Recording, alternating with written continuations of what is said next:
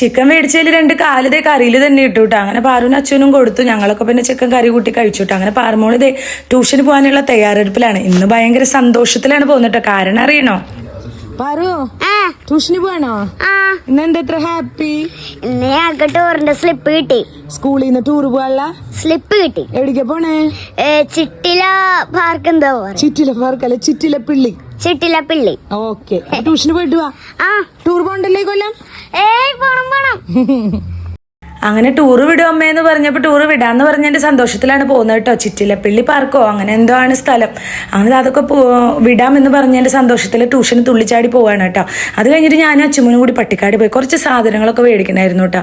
അങ്ങനെ ഞാൻ പോകുന്ന വഴിക്ക് അച്ചുമോന് ഒരു ജ്യൂസ് മേടിച്ചു കൊടുക്കാമെന്ന് വിചാരിച്ചു.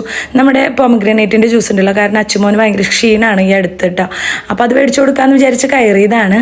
പക്ഷെ അതവിടെ ഉണ്ടായിരുന്നില്ല. അങ്ങനെ ഞങ്ങൾ രണ്ടുപേരും അവസാനം തണ്ണിമത്തൻ ജ്യൂസ് പറഞ്ഞു കേട്ടോ. അങ്ങനെ അതും കഴിച്ച് അവിടെ ഇരിക്കുകയാണ്. കുറേ കഴിഞ്ഞപ്പോൾ ഞാൻ അച്ചുമോനോട് പറഞ്ഞു എന്തെങ്കിലും കഴിക്കണമെങ്കിൽ മേടിച്ചോന്ന്.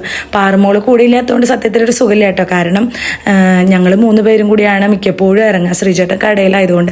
ഇല്ലെങ്കിൽ പിന്നെ ശ്രീചേട്ടനും ഉണ്ടാവും കേട്ടോ. അങ്ങനെ അവസാനം അച്ചുമോൻ ഈ ഒരു ബണ്ണാണ് പറഞ്ഞത്. ഇതിൻ്റെ പേര് സൊബോറോ ബണ്ണെന്നാണ് തോന്നുന്നു കേട്ടോ. എനിക്കിപ്പോൾ ഓർമ്മ കിട്ടണില്ല. എന്തോ ഒരു കൊറിയൻ ഡിഷാണെന്നാണ് പറഞ്ഞത്. ഇതിന് നല്ല റേറ്റും ഉണ്ടെന്ന് തോന്നുന്നു കേട്ടോ.